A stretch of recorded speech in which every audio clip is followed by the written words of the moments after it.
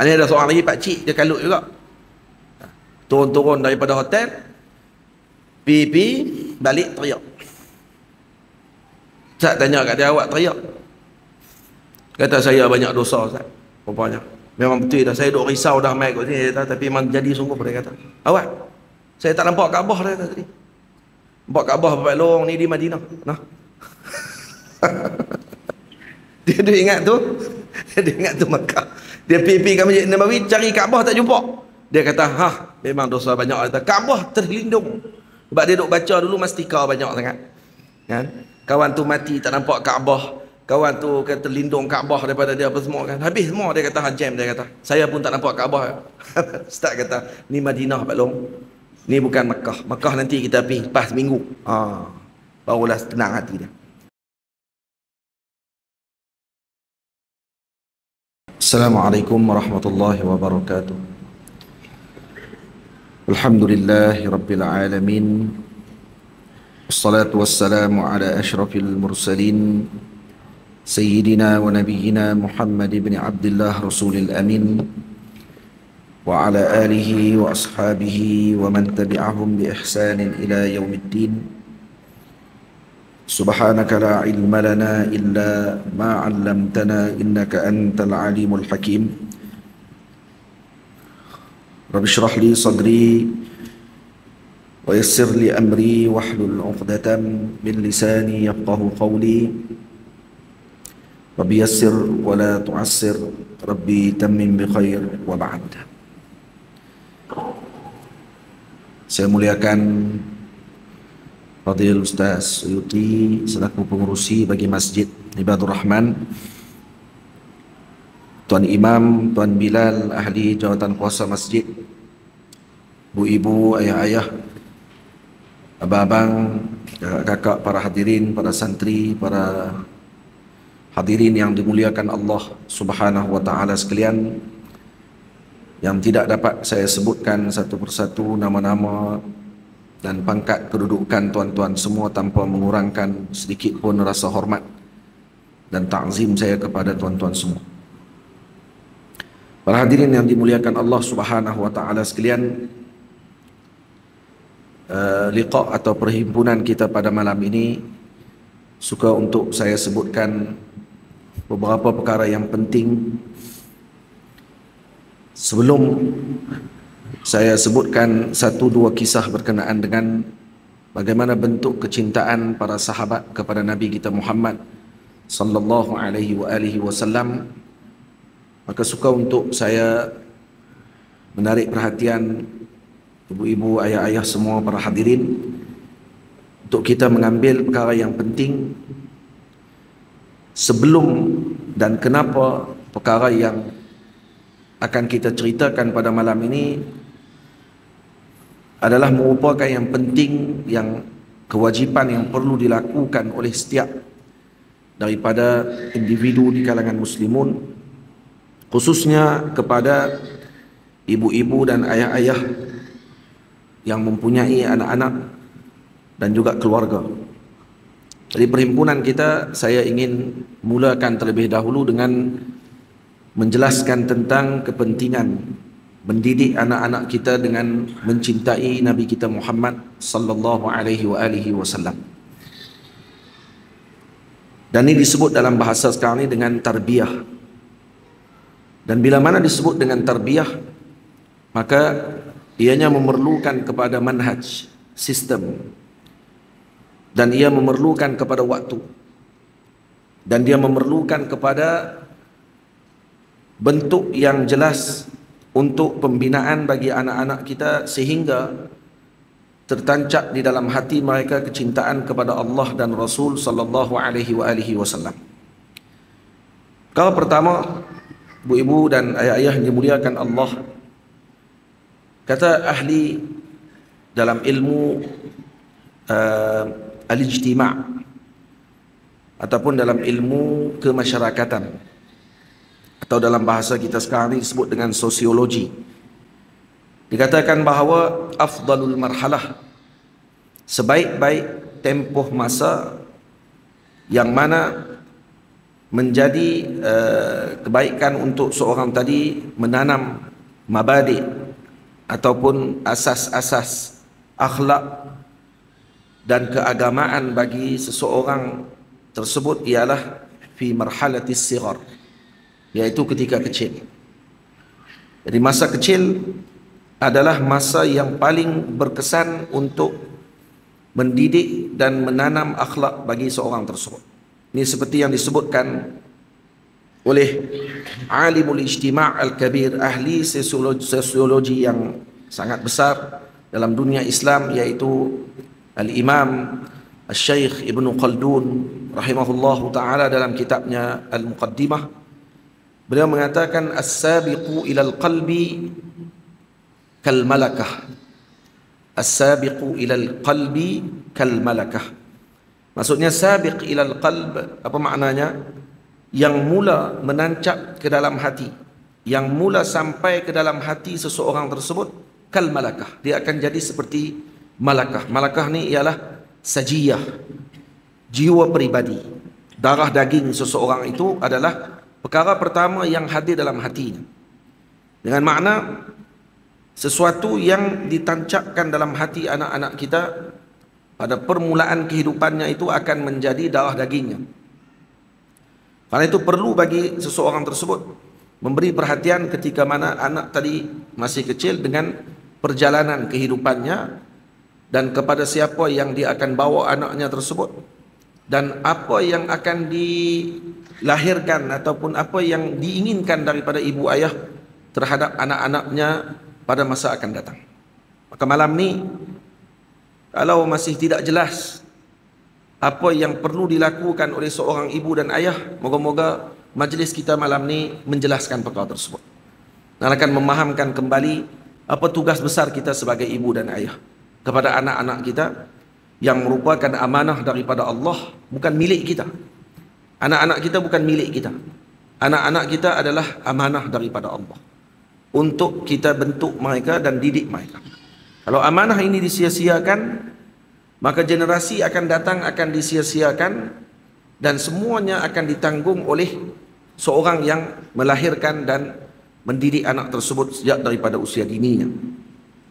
Jadi al-qiyam wal ma'rifah, nilai ma'rifah bagi seorang anak tersebut adalah bermula daripada permulaan usia kecilnya, bagaimana dia dapatkan ilmu dan bagaimana dia dapatkan akhlak tersebut. Ingat kalam al-imam Ibn Khaldun menyebutkan apa dia? As-sabiqu ilal qalbi kal malakah. Yani yang mula masuk ke dalam hati itu akan menjadi darah daging. Itu akan menjadi malakah atau sajiyah, sifat bagi seseorang itu. Perkara kedua yang akan saya sentuh ialah apakah awamil asasiyah ataupun elemen-elemen asas yang perlu untuk seseorang tadi gunakan dalam tarbiyah ataupun pendidikan, mengikat anaknya tadi dengan sesuatu yang baik. Maka kata para masyayikh, tidak ada elemen yang paling berkesan melainkan dengan qudwah salihah, yaitu dengan menjadi suri tauladan yang baik kepada anak-anak. Jadi elemen qudwah salihah ini adalah merupakan amrun asasi, perkara yang asas dalam pendidikan terhadap kanak-kanak dan juga kepada seseorang tersebut. Jadi setiap sifat yang dicintai atau yang kita sukakan kepada seorang anak dengan benar, contohnya bercakap benar, berani, lagi apa dia, karam, mulia, bersifat dengan dermawan, syaja'ah, keberanian, jamal al-khalqi wal khuluqi, keindahan pada rupa paras dan keindahan pada tubuh badannya dan juga keindahan pada akhlaknya. Itu kalau diberikan kepada anak-anak kita dengan menceritakan tentang afkar, itu kita cerita dekat anak kita macam mana nak jadi baik. Jadi kita sebut kata antara sifat baik ini adalah bersifat benar. Jadi disyarahkan makna benar ini tidak akan mencapai maksud kepada anak-anak tersebut. Karena anak-anak kecil mereka lebih kepada melihat qudwah. melihat kepada af'al, perbuatan daripada orang yang dia kagumi. Karena itu kalau kita lihat, anak-anak kita lebih mudah meniru perbuatan ataupun aksi yang ditunjukkan oleh kartun yang dia tengok. Itu tidak. Dan juga hero-hero Avengers yang dia minat. Yang akan tengok dengan benda-benda macam tu. Superman, Spiderman. Kata Superman bukan Avengers kan. Tak apalah. Lah serius sangat kan. Tak kira. Geng-geng yang ni dia terlalu serius sangat pula. Maksudnya orang panggil apa? Mereka akan ambil berat dengan masalah tersebut dan dilihat kenapa anak-anak kita mudah mengikut dengan semua tunjuk ataupun peribadi yang ditunjukkan oleh hero kesayangan dalam kartun dan juga dalam filem-filem hero tadi. Itu tidak lain dan tidak bukan kerana mereka menyukai. Nah, budak-budak ni dia suka dengan al-kamal, dengan kesempurnaan. Itu dia suka dengan hero yang kuat. Dia suka hero yang suka tolong orang. Dia suka yang panggil vigilante, dia panggil orang-orang yang menyembunyikan diri mereka daripada dilihat. Walaupun Superman buang spek yang terus orang tak kenal tiba-tiba kan. Dia tak rambut mula-mula tu sikat tepi, bila jadi Superman dia kena ada remoy sikit terus tak kenal. Jadi yang tu pun mereka boleh tengok. Boleh tengok walaupun sependa duduk kat luar. Tak apa, dia kata yang penting dia kuat. Dia kata. Kenapa jadi macam tu? Kerana hubbul kamal, mencintai dengan kesempurnaan, mencintai dengan perkara-perkara yang sifat-sifat kesempurnaan ini adalah jubilat an-nufus alaiha. Nafsu ataupun jiwa manusia ini terikat dengan perkara tersebut. Kata tidak jauh kita sendiri pun suka tengok dengan filem-filem yang macam tu. Walaupun cerita tu bohong. Ingat. Alangkah indahnya kalau kata diikat hati anak kita tersebut dengan hero yang sebenar. Dengan tokoh sebenar yang wujud di dalam alam ini. Yang mempunyai segala sifat kesempurnaan tersebut yang diinginkan. Dan kesemua sifat itu ada pada junjungan besar Nabi kita Muhammad sallallahu alaihi wasallam. Maka begitu, kalau kata begitu, perlu bagi kita untuk apa? Untuk kita segerakan didikan tersebut kepada anak-anak kita dengan menanam malakah ataupun menanam kecintaan tersebut ke dalam hati anak-anak kita sebelum mereka meningkat dewasa dan bertemu dengan sesuatu yang lain daripada saqafah yang dididik di dalam agama Allah Subhanahu wa taala. Karena itu Al-Imam As-Suyuti rahimahullah menyebutkan di dalam kitabnya Al-Jami'us Shaghir, dan kemudian Al-Imam Ad-Dailami rahimahullah juga meriwayatkan dalam Musnad Ad-Dailami seperti yang diriwayatkan daripada Sayyidina Ali karramallahu wajhahu radhiyallahu anhu wa alaihi salam, qala Rasulullah sallallahu alaihi wa alihi wasallam, addibu auladakum ala salasi khisalin. Ta'dibkan, didiklah anak-anak kalian dengan 3 akhlak. Hubbi nabiyikum sallallahu alaihi wasallam wa hubbi ali baitihi wa tilawatil Quran. 3 perkara ini. Para santri saya selalu dengar saya baca hadis ni. Tapi hari ni mereka akan dengar benda baru yang saya tak pernah syarah sebelum ni. Jadi jangan duk sangka dengar dah banyak kali dah baca-baca hadis tu ya. Tak, hari ni dengar benda lain. Jadi tak usah duk tidur. Jadi ada 3 perkara disebut oleh Nabi untuk dididik kepada anak-anak.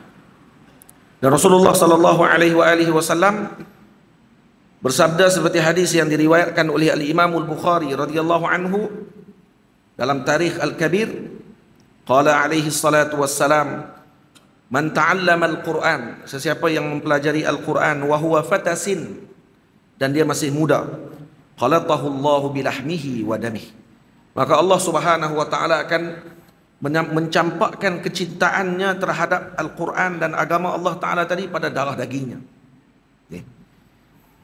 Dan hadis ini ada beberapa perkara yang kita kena ambil perhatian ibu ayah semua, para hadirin yang dimuliakan Allah. Kalaupun tak kahwin lagi, anggap kata akan kahwin nanti. Dan ada anak, mana ni ada panduan. Kita nak kena buat apa dan kenapa nak kahwin.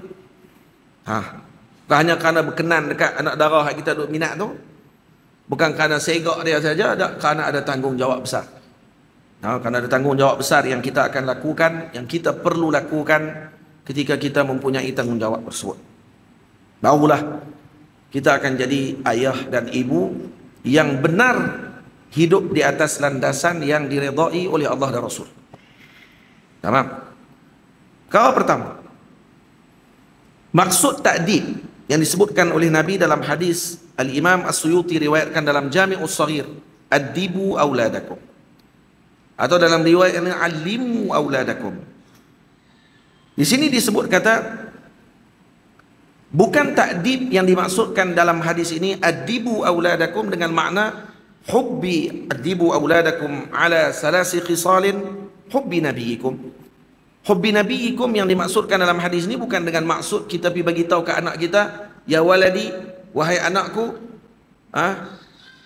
ahibbu Rasulillah, cintailah Rasulullah. Kah tu duduklah kita jalan sambil-sambil tu kena cinta Rasulullah. Tiba anak tu terkejut. Bukan itu maksudnya. Bukan dimaksudkan dengan kita kata kepada anak kita, cintai Rasulullah. Fahasb, itu sahaja bukan.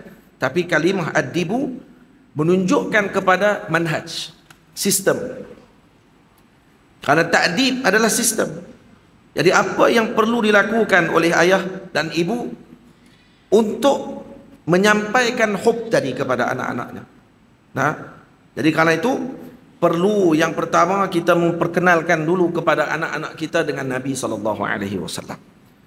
Dan perlu bagi seorang tersebut mengingatkan tentang syakhsiyah baginda Nabi. Siapa baginda Nabi? Apakah akhlak baginda Nabi? Apakah sirahnya baginda Nabi SAW? Bagaimana kesempurnaan tubuh badan Nabi? Bagaimana keindahan akhlaknya baginda Nabi SAW? Diceritakan itu sehingga ta'alluq hati anak tersebut dengan junjungan besar Nabi kita Muhammad SAW. Bukan susah. Tengah makan, anak kita makan tangan kiri. Kita sebut ke anak kita, Rasulullah tak makan macam tu.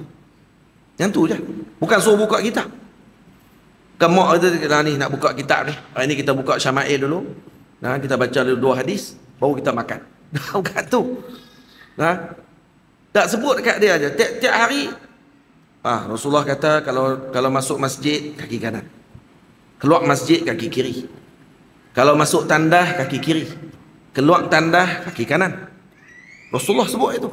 Ni tiap hari masuk Rasulullah dalam hati, dalam fikirannya.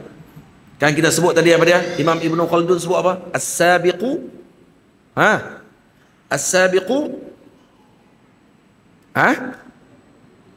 as-sabiqu fil qalbi atau minal qalbi kal malakah. Yang mula menancap atau masuk dahulu ke dalam hati seorang tadi, dia akan jadi malakah. Dia akan jadi sajiyah. Dia akan jadi darah daging.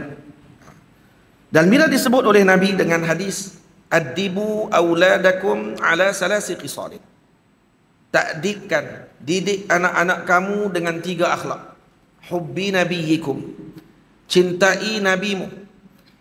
Hadis ini Al-Imam para a'immah rahimahullahu ta'ala menyebutkan bahawa bukan dimaksudkan dengan hub di sini dengan hubbut tabi'i, tapi hub di sini dengan hubbul imani. Karena hub ni ada 2. Cinta tabi'i dengan cinta dengan iman. Apa beza 2 cinta ni?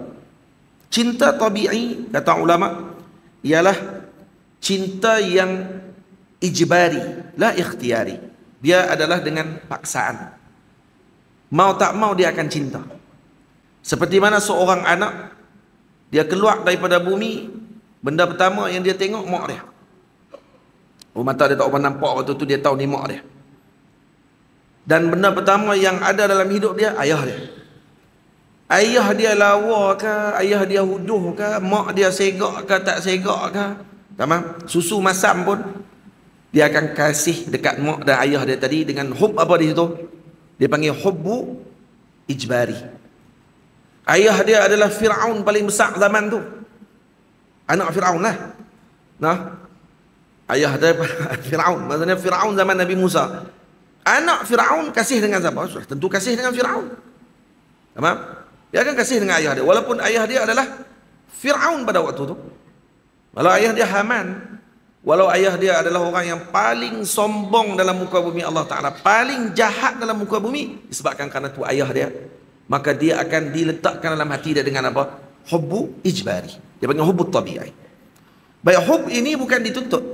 Hub ini bukan yang disuruh di dalam apa yang disebutkan oleh Nabi kita Muhammad sallallahu alaihi wasallam.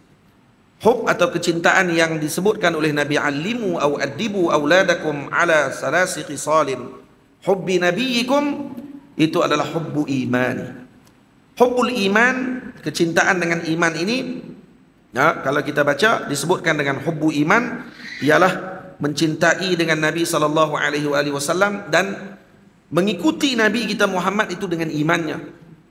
Karena yang hanya ikut-ikutan, tapi mengikuti Nabi dengan imannya, dengan kecintaannya. Karena hubbu ijbari, dia suka dia tak suka, nah, dia akan ikut juga karena itulah ayah dia. Tapi hubbi imani, hubbu imani ini adalah hub yang dicampakkan ke dalam hati seorang tersebut, yang dididik dalam hati seorang anak tersebut, sehingga sesuatu yang kadang dia tidak suka tetapi itu disukai oleh Nabi sallallahu alaihi wasallam, maka dia akan menyukai perkara tersebut. Hada hubbu imani. Seperti berlaku pada Sayyidina Anas bin Malik radhiyallahu taala anhu, ketika melihat Nabi sallallahu alaihi wasallam yatatabba' ad-dubba hawalai qas'ah, beliau melihat baginda Nabi mencari-cari labu dalam qas'ah, satu bekas makan yang dimakan oleh 5 ke 10 orang, dijamu kepada Nabi, dan Nabi mencari-cari labu pada waktu itu dalam hidangan makanan tersebut. Maka Sayyidina Anas mengatakan, saya menyukai labu mulai saat itu, hanya kerana melihat Nabi suka dengan perkara tadi. Hadza hubbu imani. Hadza hubbu imani. Al-Imam, yang kita kena ajak kepada anak-anak kita bahawa mencintai baginda Nabi kita Muhammad ini akan menyebabkan kamu mendapatkan kejayaan di sisi Allah Subhanahu wa taala. Kamu akan masuk syurga Allah Ta'ala. Kamu akan diberi dengan kebahagiaan dengan sebab cinta kamu kepada Nabi. Nampak? Al-Imam Alusi rahimahullahu ta'ala, Imam Alusi mengatakan dalam kitabnya Ruhul Ma'ani, Imam Alusi mengatakan, inna mahabbatana li Rasulillah sallallahu alaihi wasallam, sesungguhnya kecintaan kita kepada Sayyidina Rasulullah sallallahu alaihi wasallam kamahabbatil maridi liddawa, seperti kecintaan seorang yang sakit kepada ubat. Cintaan orang yang sakit kepada ubat ni, kecintaan dia tadi, dia adalah kecintaan yang macam mana, mau tak mau dia kena ambil ubat. Macam mana?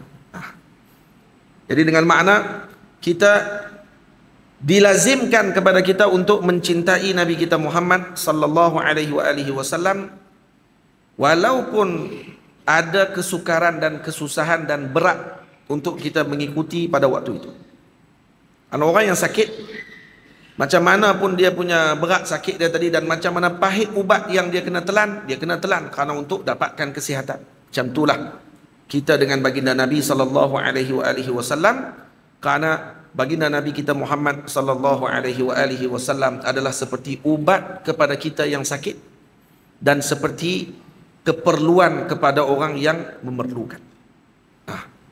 Jadi ini yang perlu kita ajar kepada anak-anak kita, dan kena sebut kepada anak kita, wahai anakku, kamu tidak akan selamat pada hari akhirat melainkan kamu mencintai Sayyidina Rasul sallallahu alaihi wasallam dengan kecintaan yang melebihi kecintaanmu kepada ibumu dan ayahmu sendiri.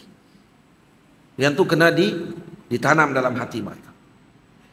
Ibu-ibu, ayah-ayah semua, pernahkah kita duduk sekali dengan anak-anak kita dan kita cerita kepada anak-anak kita tentang Nabi kita Muhammad sallallahu alaihi wasallam?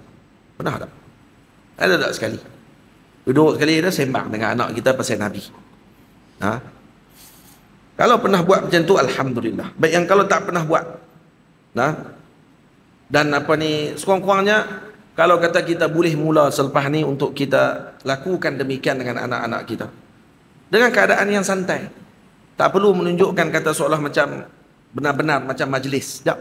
Biasa. Keadaan biasa saja, kemudian disebut. Ya, kepada anak-anak kita tentang ingatan mereka terhadap Nabi SAW. Dan sebut kepada anak-anak kita bahawa Allah Subhanahu wa taala menjadikan di dalam kubur antara riwayat ada hadis yang diriwayatkan ada 2 soalan ditanya. Ada riwayat 5 soalan, ada macam-macam riwayat lah. Antara riwayat yang disebutkan ialah ditanya tentang bagaimana keimananmu terhadap Allah Subhanahu wa taala. Dan yang kedua ditanya berkenaan dengan zatu Rasulillah, zat baginda Nabi kita Muhammad sallallahu alaihi wasallam. Sesiapa yang menjawab soalan tentang Allah dia berjaya, tetapi tidak mampu menjawab tentang Nabi Muhammad sallallahu alaihi wasallam, maka ketika tersebut maka dia tidak dikira berjaya pada waktu itu. Jadi amru murtabit, mesti kena ikat kedua-duanya. Tak boleh salah satu sahaja. Faham? Dan tidak akan berjaya orang tersebut kalau dia tidak mengenal baginda Nabi sallallahu alaihi wasallam dan tidak mengikat baginda Nabi dalam hatinya dengan sepatutnya. Yang kedua, bila kita ajar kepada anak-anak kita dengan perkara tersebut, yang ini seperti disebutkan oleh Al-Hafiz Al-Imam Al-Munawi rahimahullahu taala, addibu auladakum ala salasi khisalin hubbi nabiyikum ay hubbi nabiyikum mahabbatal imaniyah la at-tabi'iyah. Yani ajarkan anak-anak kita dengan kecintaan iman, bukan dengan kecintaan tabi'i semata-mata. Yang hanya sekadar dia tahu kata bukan bukan ta'alluq dia dengan kejayaan dia di akhirat nanti. Dan dia kena tahu keperluan dia terhadap Nabi kita Muhammad lebih daripada apa yang dia perlukan udara yang ada dalam muka bumi Allah Ta'ala. Seperti mana kita perlu kepada udara, oksigen untuk kita bernafas dalam muka bumi, memerlukan kepada Nabi lebih lagi daripada oksigen tersebut. Macam tu kepada anak-anak kita. Hadirin yang dimuliakan Allah, ada orang yang tidak mengenal baginda Nabi kita Muhammad sallallahu alaihi wasallam dengan keadaan yang berat, dan kita sedia maklum ini zamannya. Zaman orang tidak kenal Nabi sallallahu alaihi wasallam. Dibuat sosial eksperimen. Kita tanya dekat bazar-bazar ataupun di Bukit Bintang, ada orang pergi buat tanya. Tak tahulah dia berlakon ke apa, tak tahulah, tapi bila tanya tu, tanya bagi tahu, boleh bagi tahu nama datuk Nabi. Tak kenal. Duduk kilik anak lah. Datuk Nabi tak kenal. Boleh sebut nama mak Nabi tak kenal. Astagfirullah. Boleh sebut di mana Nabi wafat, ada yang tak tahu benda tersebut. Dan ni realiti yang kita kena hadapi. Jadi kita bukan hanya di sini saja, ibu-ibu, ayah-ayah semua. Yang mai ke masjid, alhamdulillah. Yang dengar kuliah-kuliah agama, alhamdulillah. Ada yang tak kenal langsung kuliah-kuliah agama, tak mau dengar langsung. Tapi kalau kata artis-artis Mak Saleh mai, depa yang mula tahu dulu tiket tu berapa ringgit. Kita pun tak tahu tu. Tak tahulah, kita bukan duk kerja kot tu. Dan kita bukan duk cari kot tu. Tapi depa boleh tahu tiket yang dia panggil apa? Bird apa? Early bird. Hak awal-awal sekali beli dapat berapa ringgit. Hak duduk depan kali berapa ringgit. Hak duduk celah-celah ketiak penyanyi tu berapa ringgit. Semua tahu semua. Dan mereka boleh tahu pula artis-artis itu sampai bila ke airport pun boleh tahu. Faham? Jadi kita heran, macam mereka heran kat kita. Tengok macam mana syekh tu main dia boleh tahu. Itu juga. Dan kenapa dia pergi kat syekh tu? Apa faedah dia pergi mengaji dengan tu? Dia akan heran macam kita heran kat dia. Dan tu yang berlaku dalam dunia sekarang. Ada seorang lelaki diceritakan oleh Syekh Adham Asimi hafizahullah, pergi ke Makkah Al-Mukarramah.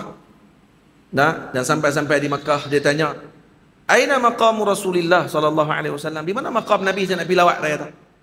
Lalu orang puhabak kata, ya akhi, hadha Makkah. Atau hadhihi Makkah. Jadi jangan poyo sangat Wahabi lagi, dia kata hadha Makkah. Hadhihi Makkah. La hadha ay musyar ilaihi Makkah. Ini Makkah katanya. Boleh? Ini bukan Madinah Al-Munawwarah, ini Makkah. Boleh? Jadi bila sebut ini Makkah, ini bukan Madinah Al-Munawwarah. Nabi SAW wafat di Madinah. Dia punya jahil sampai dia tak tahu.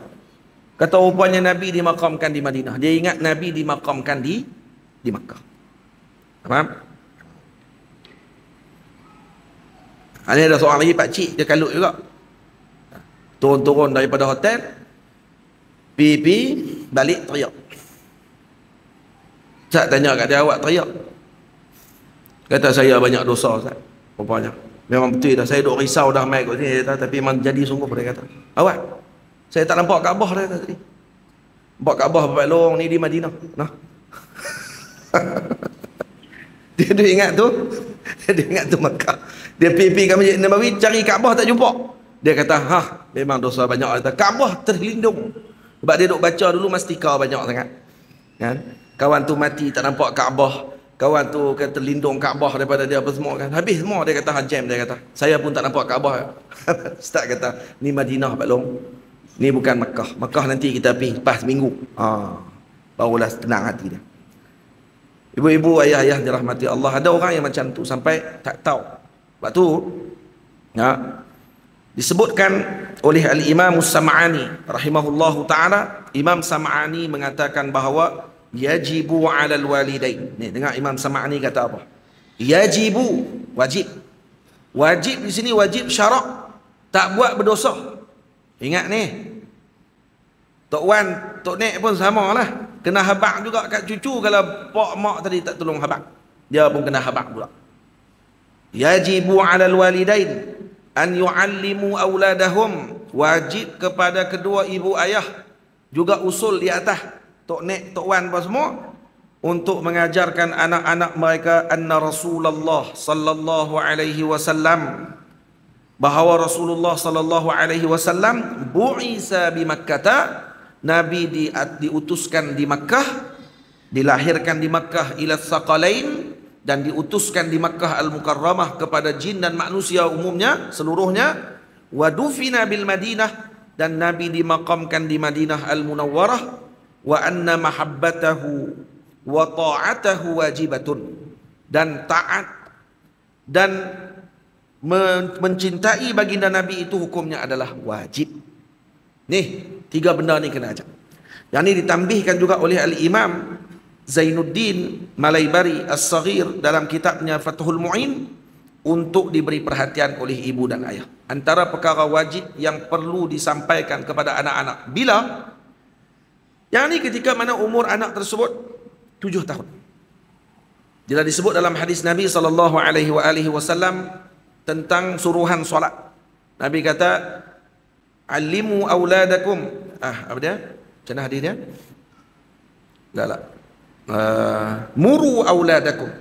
Muru auladakum bis salati ibna 7 sinin. Suruh anak-anak kalian untuk menunaikan solat umurnya 7 tahun qamariyah. 7 tahun qamariyah, wadribuhum ibna 10 sinin. Dan pukul mereka kalau mereka umur 10 tahun masih tak sembahyang. Maknanya 10 tahun dipukul, 7 tahun disuruh. Habis itu 8 tahun dengan 9 tahun nak tahu mana? Suruh semua tu. Tu tempoh untuk suruh. Tamam? Tempoh untuk disuruh anak tadi dengan suruhan yang bersungguh-sungguh. Suruhan tadi bukan suruhan biasa. Suruhan tadi termasuk dengan wa'id. Termasuk dengan ancaman. Dengan sebut apa kat anak cucu kita kalau dia tak semayang umur 7 tahun? Salli wa illa darabtu. Semayang, kalau tidak saya tibai lagi. Sebut saja, bukan tibai sungguh. Sebut nak tibai. Semayang, kalau tidak tibai lagi. Kalau tak sebut yang tu kepada anak-anak kita, tak perlulah kalau dia dah memang dengar cakap. Budak tu memang dengar cakap dah. Ayah dia kata, abang pergi semayang. Anak tu pun memang pergi semayang tu. Tak payahlah tambah kat belakang tu. Tak kira anak dah memang jenis pergi semayang. Dia kata, Tok Guru abang kena kata kak. Ambil semayang, dia tibai lagi lah. Anak dia memang duduk semayang pun. Tu tak payah tambah lah belakang tu. Hak ni jenis anak ni balok liat. Jenis susah nak dengar cakap, kena sebut. Salli wa illa darabtuk. Semayang, kalau tidak saya tibai. Baik, adakah tu saja disuruh? Pada umur 7 tahun. Kata para imam termasuk juga disuruh dengan puasa. Puasa juga disuruh pada umur 7 tahun. Dan kena sebut yang sama, sum wa illa darabtuk. Sembahyang kalau tidak, puasa kalau tidak kena tibai kalau tak puasa. Umur 7, 8, 9, 10 tak dengar cakap juga baru tibai. Tapi kalau main dengan tiap-tiap hari, setiap waktu sembahyang dia kena sebut macam tu dekat anak dia. Setiap waktu sembahyang. Faham? Jadi yang disuruh wajib tadi bukan anak wajib. Yang wajib tu adalah kepada bapak tu. Muru auladakum bisalati ibna sab'i sinin tadi itu kepada bapak tu yang wajib, bukan kepada anak. Yang disuruh tu wajib. Sebab tu kata para ulama usul, qawaid usul disebut apa dia? Al-amru bil amri bisyai' laisa al-amru bidzalika syai'. Al-amru bil amri bisyai' laisa al-amru bidzalika syai'. Jadi suruhan dengan suruhan, suruhan al-amru bil amri bisyai'. Al-amru bil amr ay muru auladakum. Baik, siapa yang disuruh dalam tu? Yang disuruh dalam ayat tu adalah bapaknya. Laisal amru bidzalika syai'. Bukannya anak tadi yang diwajibkan untuk sembahyang. Tak, dia tak wajib sembahyang pada waktu tu, tapi dia disuruh untuk membiasakan diri dia dengan kewajipan. Yang wajib waktu tu adalah bapaknya. Bapak yang wajib suruh. Kalau tak suruh pada waktu tu, maka berdosa si bapak. Berdosa. Jangan main-main. Kita anak 7 tahun dulu kita suruh tak? Saya tak mau tanya, saya pakat lawan jawab pula. Ni soalan tak perlu jawab orang main. Soalan ni pakat fikir sendiri dan balik semua tengok saya suruh dah anak saya dulu ni. Dan kalau lah ni dia memang balok liat tak semayang dan kerana kita tak suruh dulu, yang tu kita kena bertaubat kepada Allah Ta'ala dengan dosa yang telah kita lakukan. Faham? Ibu-ibu ayah semua, Imam Zainuddin kata apa? Ada tambahan lagi. Bukan tu saja hadisnya. Bukan tu saja yang disuruh. Betul salah kalau ada orang kata disuruh oleh Nabi semayang saja, puasa Nabi tak suruh. Dah tak betul itu. Tak kena. Ini maksudnya tak faham dengan apa yang dituntut dalam syarak. Ada tambahan lagi kata para masyayikh, para fuqaha menyebutkan kata disuruh juga mengajarkan dan memahamkan kepada anak kita tentang perkara yang disebutkan oleh Imam Sam'ani tadi. Wajib bagi ibu dan ayah maklumkan kepada anak-anaknya jika umur anaknya 7 tahun, yang ini boleh menerima pengajian bahawa Sayyidina Rasul sallallahu alaihi wasallam itu diutuskan di Makkah Al-Mukarramah, dilahirkan di Makkah, dikebumikan di Madinah Al-Munawwarah, jasad baginda Nabi yang mulia. Dan wajib seseorang tadi mencintai dan mentaati baginda Nabi sallallahu alaihi wasallam. Ibu-ibu, ayah-ayah, para hadirin yang dimuliakan Allah Subhanahu wa taala sekalian. Perkara yang kita sebutkan tadi perkara yang sangat penting. Kenapa perlu bagi kita menjelaskan dan meletakkan kefahaman yang saya sebutkan tadi, kewajipan tersebut kepada anak-anak kita? Karena disebutkan oleh ahli bijak pandai mengatakan bahawa qalbul atfal kal asfanj. Hati kanak-kanak ini adalah seperti sponge. Dia akan mudah menyerap apa sahaja yang ini yatasharrab. Mudah menyerap apa sahaja yang diletakkan kepadanya. Dan karena itu kalau kita lihat dalam Al-Quran, Allah Subhanahu wa taala menyebutkan tentang kecintaan Bani Israel terhadap ibadatul ijl, kepada sembahan anak lembu yang mereka lakukan tersebut. Allah tidak ta'birkan dengan kalimah hub, Allah ta'birkan dengan kalimah syurb. Dengan kalimah syurb. Dalam Quran Allah Ta'ala sebut apa dia? Wa ushribu fi qulubihimul ijl. Ushribu digunakan. Wa ushribu fi qulubihimul ijl. Apa makna ushribu? Ushribu dengan makna takhallal hubbu al-ijli dharrati ajsamihim. Yani masuk menyerap kecintaan yang mendalam mereka tersebut kepada anak lembu, patung anak lembu tersebut, menyerap ke dalam jasad mereka dan hati-hati mereka. Jadi Allah guna dengan perkataan ushribu. Allah tak gunakan dengan perkataan hub sahaja. Malah kecintaan tadi menjadi darah daging mereka, menyerap masuk ke dalam tubuh mereka. Itu maksudnya. Itu Allah Ta'ala bila mana menyebutkan dengan ushribu bermakna ta'alluq hati golongan Bani Israel terhadap kecintaan menyembah berhala tersebut. Anak lembu tadi yang emas dijadikan oleh mereka sendiri, itu adalah seperti sponge yang menyerap masuk air ke dalam tempat tersebut.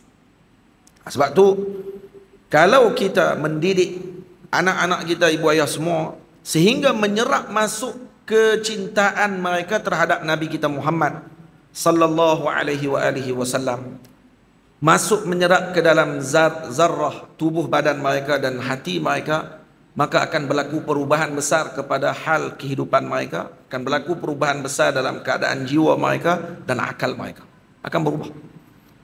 Tamam. Dan ini kita bukan hanya disuruh untuk mencintai semata-mata kepada Nabi kita Muhammad sallallahu alaihi wasallam, tetapi kita juga memerlukan kepada nusyrib hubbahu, yakni menyerap masuk kecintaan tadi ke dalam hati dan peribadi kita, ke dalam akal dan roh kita, seperti mana sponge menarik dan juga menyerap air. Kalau tengok dalam Al-Quran, Allah Ta'ala gunakan beberapa ta'bir dengan hub di sini dengan beberapa ta'bir. Ada digunakan usyribu, ada juga digunakan dengan sibrah. Dalam surah Al-Baqarah Allah Ta'ala sebut sibghatallah wa man ahsanu minallahi sibrah. Dalam bahasa Arab dia ada dua perkataan digunakan. Yang pertama dipanggil sibrah, yang kedua dipanggil tila. Sibrah celupan, tila juga celupan juga. Tapi apa beza dua ni? Beza dia, at-tila ialah celupan yang berbentuk zahir, seperti orang perempuan kalau dia letakkan pada kukunya dengan pewarna kuku tu, tamam, yang tu dipanggil tila. Yang tu hanya berbentuk zahir sahaja. Berbeza dengan hinna. Beza dengan hinna ataupun inai. Inai ketika dicelupkan tangan seorang wanita ke dalam inai, inai tadi akan menyerap masuk ke dalam dagingnya, ke dalam ni bawah kulitnya. Dia bukan hanya di atas zahirnya sahaja. Maka sibrah lebih mendalam daripada tila, lebih mendalam dari hanya saduran di zahirnya sahaja, bukan menyerap masuk. Maka kita memerlukan kepada sibrah yang demikian. Jadi Allah Subhanahu wa taala ta'birkan sibghatallah wa man ahsanu minallahi sibrah. Jadi Allah Taala gunakan ta'bir dengan agama ini mesti dengan sibrah, mesti dicelup. Maknanya agama menyerap masuk ke dalam jiwa pribadi seseorang tersebut, bukan tilak sahaja, bukan hanya sekadar disadur pada hujung zahirnya sahaja dengan agama. Tak, agama tadi menyerap masuk ke dalam dirinya. Dan ini beza dengan musyrik dengan munafik. Orang munafik dia hanya menyadurkan zahirnya sahaja dengan agama, batinnya kufur. Tak, Allah Taala guna ta'bir sibghatallah wa man ahsanu minallahi sibrah. Tamam. Jadi ini perkara pertama yang kita kena ambil tahu. Perkara kedua, ibu ayah yang dirahmati Allah Subhanahu wa taala sekalian, para ulama menyebutkan wajib bagi ibu dan ayah juga. Tengok ni, perkataan ni kita sebut wajib bagi ibu dan ayah, seperti mana yang disebutkan di dalam kitab-kitab para ulama. Dalam Al-Quran Allah Ta'ala sebut, dalam hadis Nabi, kullukum ra'in wa kullukum mas'ulun 'an ra'iyatihi. Kita semua bertanggungjawab dengan apa yang ada di bawah pertanggungjawaban kita. Dan kerana kita nanti akan berdiri di depan Allah, ditanya dengan soalan nanti, adakah kita melaksanakan tanggungjawab tersebut? Waqifuhum innahum mas'ulun. Allah Ta'ala sebut dalam Quran. Maka ada orang kadang dia menyebut, dia kata apa? Saya nak didik anak saya ikut acuan saya, ikut suka saya lah, saya nak buat macam mana. Jadi tok guru, syekh, ustaz, siapa pun tak perlulah nak atok-atok. Saya nak atok anak saya macam mana, ikut suka saya. Maka kita kata kepada orang yang mengatakan demikian, jangan sebut macam tu. Kenapa? Karena anakmu bukan milikmu. Anakmu adalah amanah yang Allah Ta'ala titipkan kepadamu. Bukan dia milikmu. Dia bukan milik kita. Dia adalah amanah yang Allah titipkan kepada kita untuk kita mengambil perhatian apa yang perlu dan apa yang diletakkan oleh yang menjadikan anak kita tersebut, yaitu Allah Azza wa Jalla. Allah yang menjadikan anak kita tersebut. Jadi kita perlu ikut dengan apa yang ditentukan olehnya. Jadi tak boleh kita nak pertikai, tak boleh kita nak lari daripada apa yang ditentukan oleh yang menjadikan. Faham? Kalau kita pertikai banyak ni, bermakna tu miliknya kita. Jadi kita pertikai, kata kita yang milik benda tu. Jadi kalau hilang benda tu daripada kita, bermakna ini perlu dipertikaikan, karena dia telah mengambil haknya saya. Tetapi kalau dipinjam, diambil balik pinjaman tersebut, macam mana?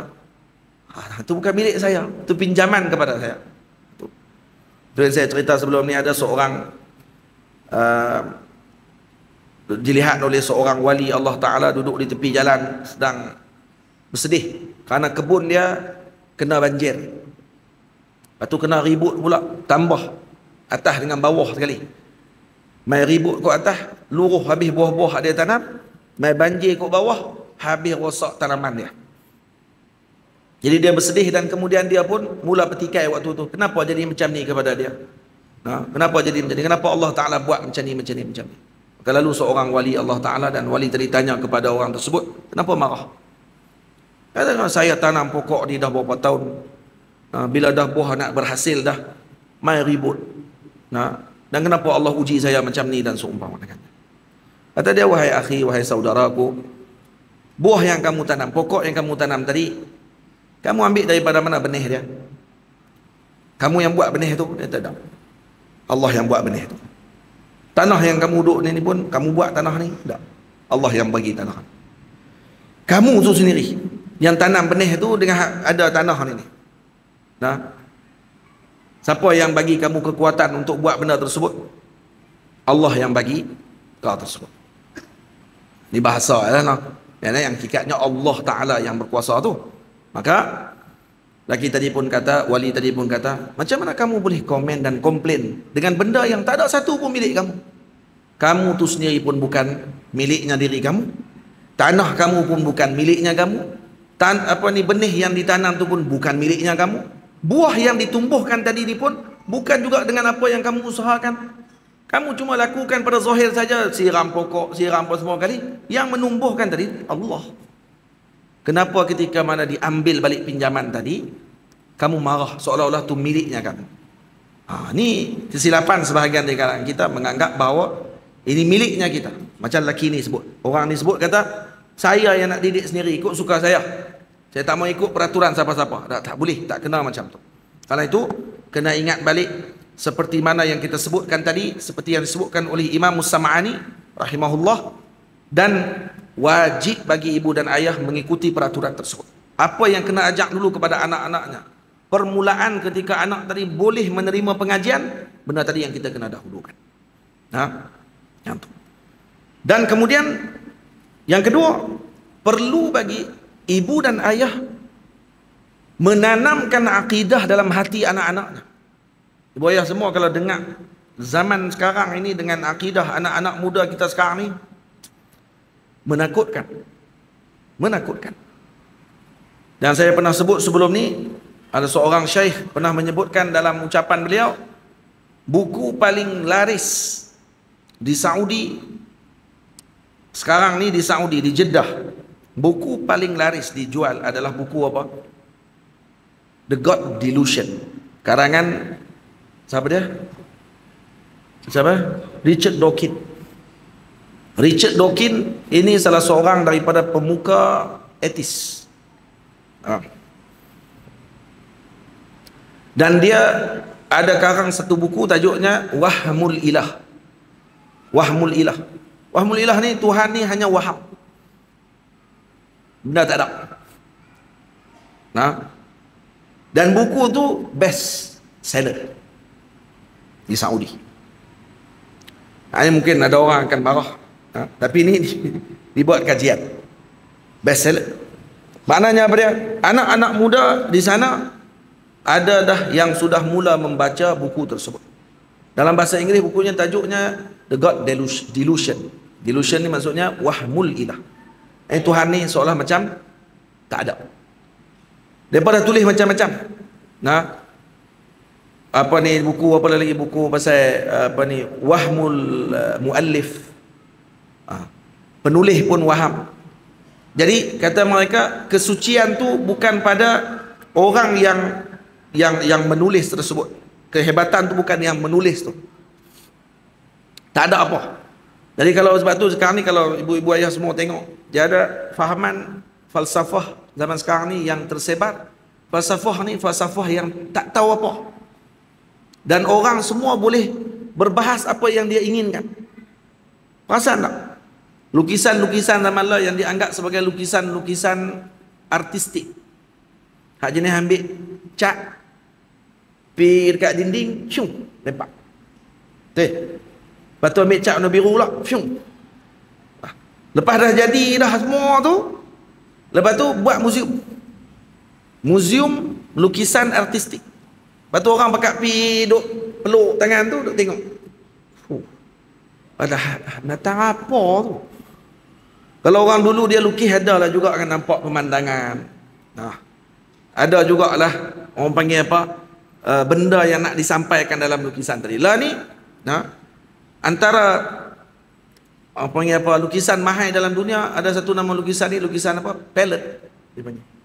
Palette kalau tak silap saya. Ada satu cerita Mak Saleh ni, tajuk dia The Accountant. The Accountant. Cerita ada pelakon Mak Saleh, nama apa tau? Hero dia tu nama apa? Sir Alif? Accountant. Ya, tak ingat. Tak apalah. Tak penting pun benda tu. Tapi cerita tu, nah, last sekali dia ada bagi hadiah satu lukisan dekat seorang perempuan. Saya tak ingat tu nama palette lah. Lukisan tu. Ingat? Tak ingat. Saya pun tak ingat nama lukisan tu, tapi lebih kurang nama macam tu lah. Lukisan tu dia letak waktu nak tidur, dia akan letak lukisan tu dekat atas siling. Lukisan tu ada makna? Tak ada makna. Ibu-ibu semua, lukisan tu adalah lukisan bentuk artistik yang kata tu, jenis lempak cat tu, warna-warna tak tahu datang apa tu. Lepas tu pakai tafsir sendiri. Dan yang tu yang dibawa pada zaman sekarang ni, falsafah tu nak dibawa sampai ke dalam agama. Jadi semua orang boleh tafsir ikut suka dia. Tidak ada qadisiyah pada kalam Allah Ta'ala. Contohnya bila disebut man takallama fil Quran atau man qala fil Quran bi ra'yihi falyatabawwa maq'adahu minan nar. Dah tak ada. Siapa pun boleh berucap dan siapa pun boleh bagi pandangan apa yang dia nak pada waktu. Jadi kalau tengok lukisan tu, pakai tafsir. Faham? Tu yang mereka kata ada satu di, orang putih pun sendiri perli pahaman ni. Pahaman tak ada pahaman ni. Orang panggil. Dia panggil falsafah caca merbak. Dia apa perli? Dia kata, dia buat dalam satu muzium. Muzium tu letak gambar-gambar mampu-mampu tu. Hak tak tahu makna apa tu, semua pakai duk pi tengok. Oh, artistik tu Lepas tu kawan ni syarah, kenapa dia buat macam ni? Padahal Pak Long tu dia pi sembah tu, ya dia pun tak tahu. Dia jadi macam tu. Dia tahu seni. Ada seorang ni dia tertinggal spek dia. Spek dia tertinggal kat atas bekas tu. Kawasan tu lapang sikit. Ada spek dia atas tu. Pakat pi duk kat spek tu duk. Artistik sungguh ni. Spek dia atas tu je. Kenapa? Pakat duk tak spek atas ni. Lepas tu pakat duk. Memang artistik. Palung tu memang ambil balik spek dia. Tak maaf tertinggal. Baru jadi dinding tu putih balik. Baru pakat tersedak. Ni orang panggil zaman tak tahu apa.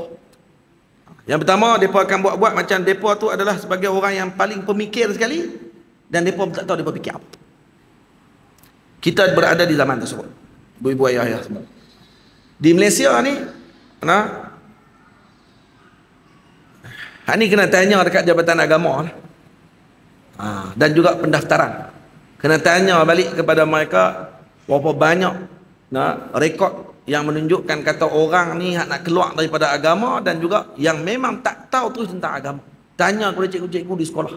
Sekolah-sekolah menengah. Berapa ramai budak-budak sekolah menengah, dia kata 5 tak arti baca Fatihah sampai lah. Tahiyat pun tak tahu. Yang ni berlaku dalam dunia kita sekarang. Ibu-ibu, ayah-ayah semua. Jadi kena ajak mula-mula kepada anak kita dengan akidah. Baik, macam mana nak ajak anak-anak kita dengan akidah? Dia ada 2 benda lah kena kita faham. Yang pertama, ta'limul akidah. Yang kedua, gharsul akidah. Mengajar akidah. Yang kedua, menanamkan akidah kepada anak-anak kita. Bukan saya maksudkan dalam majlis kita ni nak suruh kita ajak akidah tu, buka kita akidah. Lagi dia pergi buka bakurah pula kat anak dia. Budak baru umur 7 tahun. Ayah kata main ni nak buka bakurah. Nak ajak sikit. Ana disuruh ni. Awaluddin ma'rifatullah. Buka tu. Pakai ghaib budak tu. Yang tua pun ghaib. Kelas bakurah ya ghaib. Semua. Kalau ceramah minat tak main. Tapi kalau kita main ada kelas kuliah tok guru duk mengajar, jam. Tak ada, tak nampak muka dia. Dan sakit kaki hari tu. Ada sakit. Nak balik saat ni kata. Kencing tak pernah nak lawah. Dan malam tu juga kencing tak lawah. Sebab tu kena ada gharsul aqidah. Gharsul aqidah ni macam mana ibu-ibu ayah ya semua?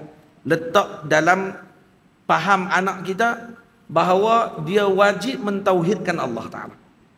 Dia kena fahamkan anak dia bahawa Allah sentiasa memerhatikan segala perbuatan dia. Kena fahamkan dia kata wujudnya Allah Ta'ala dalam muka bumi pula dah. Wujudnya Allah Ta'ala yang mentadbir alam ini. Wujudnya Allah yang mentadbir alam ini seluruhnya. Dia kena fahamkan anak dia dengan perkara tersebut. Lepas tu ni ada disebut oleh Ibnul Qayyim. Ibnul Qayyim ada sebut dalam kitabnya Tuhfatul Wadud. Ibnul Qayyim kata apa? Ini antara sebab hikmah kenapa Allah, Nabi kita Muhammad menyebutkan kata ahabbul asma'i ilallah Abdur Rahman wa Abdullah. Abdullah wa Abdur Rahman. Aina Abdur Rahman? Dah. Nama yang terbaik di sisi Allah, kata Nabi, adalah Abdullah wa Abdur Rahman. Kenapa? Hatta Nabi tak sebut ahabbul asma'i ilallah ismi. Nabi tak kata nama Nabi. Tapi Nabi kata Abdullah wa Abdur Rahman. Apa hikmahnya? Karena kata Ibnul Qayyim rahimahullah, katanya yansha'u tifl, untuk dibina anak tersebut pada ketika masih kecil lagi bahawa dia adalah hamba kepada Tuhannya. Maksudnya diribatkan, diikatkan dia dengan Tuhan. Kamu itu kalau mak dia panggil ya Abdur Rahman, betul jangan panggil anak kita Man. Man Maizat Man.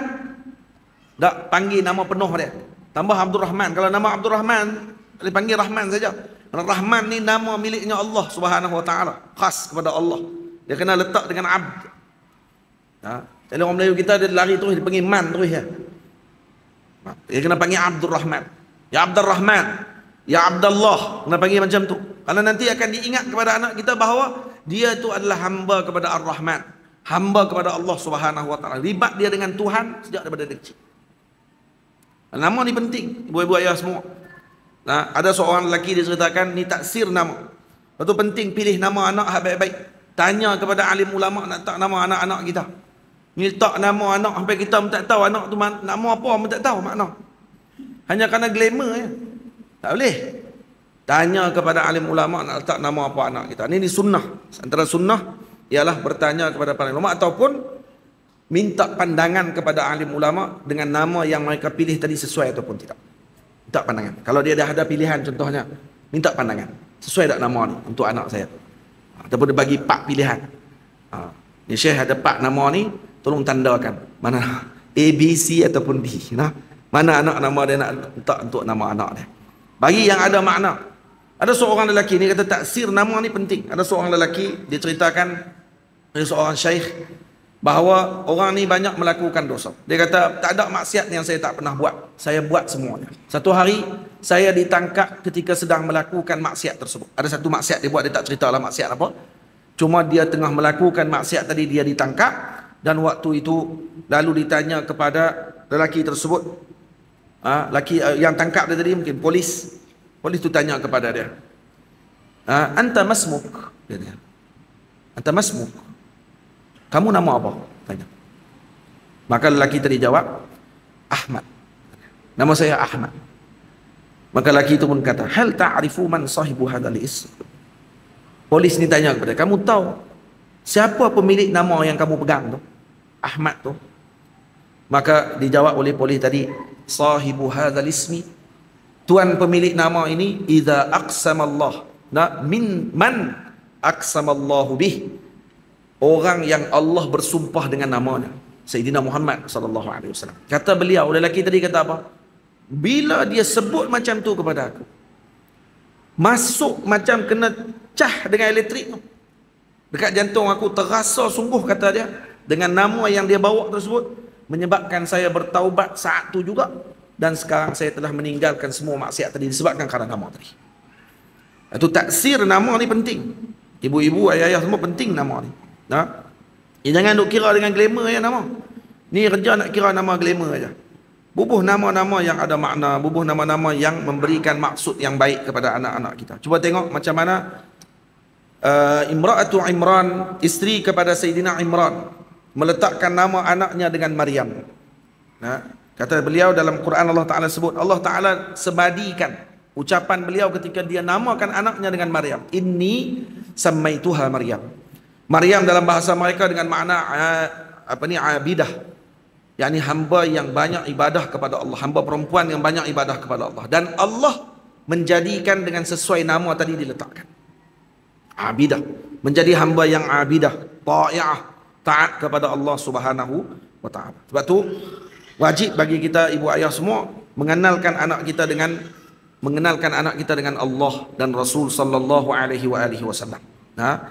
Dan ini disebut, dan mengajarkan anak kita dengan Nabi kita Muhammad sallallahu alaihi wasallam. Cuba tengok Sayyidina Sa'ad bin Abi Waqqas rahimahullahu taala. Coba tengok macam mana mereka mengajarkan kepada kita bagaimana sistem pendidikan mereka terhadap anak-anak mereka pada waktu tersebut. Sayyidina Sa'ad bin Abi Waqqas, ahadul mubasysyirin bil jannah, salah seorang yang dijanjikan syurga dalam 10 orang yang dijanjikan syurga. Sa'ad kata apa?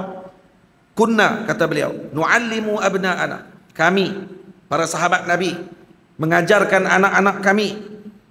Dia kunna nu'allimu auladana au abna'ana al-maghazi Rasulillah sallallahu alaihi wasallam. Kami mengajarkan anak-anak kami dengan peperangan Nabi sallallahu alaihi wasallam, sirah Nabi kita Muhammad sallallahu alaihi wasallam.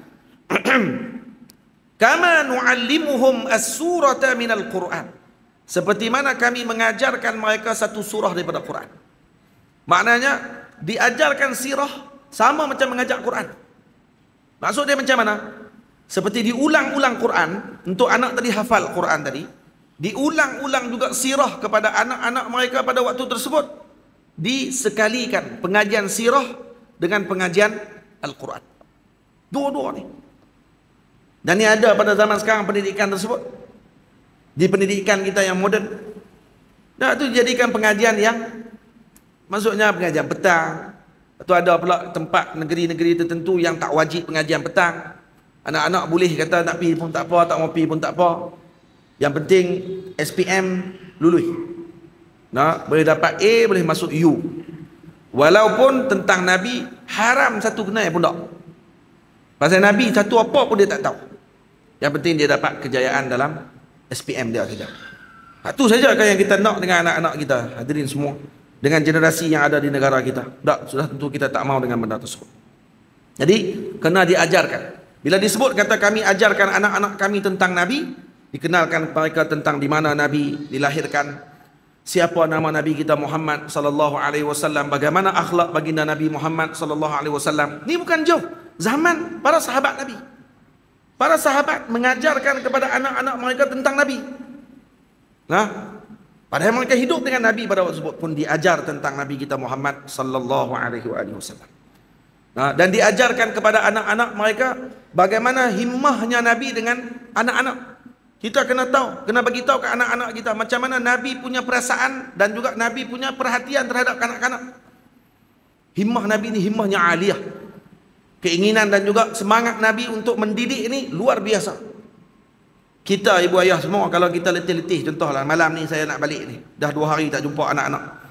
Kalau balik ke rumah lagi jumpa anak, contohnya lah, anak saya kalau contoh tiba-tiba kita letih, dia ajak kita bersembang tengah-tengah malam tu, agak kita nak kata apa kat dia? Kita kata kat dia, esok nak sekolah ni tidaklah, sembang apa banyak-banyak. Saya dia main tanya pula, ayah Walid main mana kan? Walid beli apa ni? Kalau balik lagi dia duduk tak tidur lagi lah. Kadang-kadang tunggu anak saya kadang-kadang tu lah, tunggu malam-malam, Walid jom tengok cerita hantu. Dia tengok, dia ajak saya tengok cerita hantu tu. Pada tengah malam ni pukul 1 pagi dia bangkit, gerak saya nak tengok cerita hantu. Saya buat apa waktu tu? Saya tajuklah, tengok sekali cerita hantu. Buka tak sampai 5 minit dia arik. Nah, naknya dia nak tidur. Tapi dia nak jadi alasan nak tidur tu, dia kena pergi tidur depan TV. Ini besar sebab. Cuba bayang kalau kita tolak sekali dia punya permintaan dia tadi. Takkan minta dah lepas ni. Tapi saya tak pernah tolak. Saya waktu tu ada kelas, saya nak kena mengajak, saya tak akan tolak. Saya akan kata, jom. Tengok tak? Saya tak kira tidur. Tidur tu saya akan bangun buat kerja saya balik. No?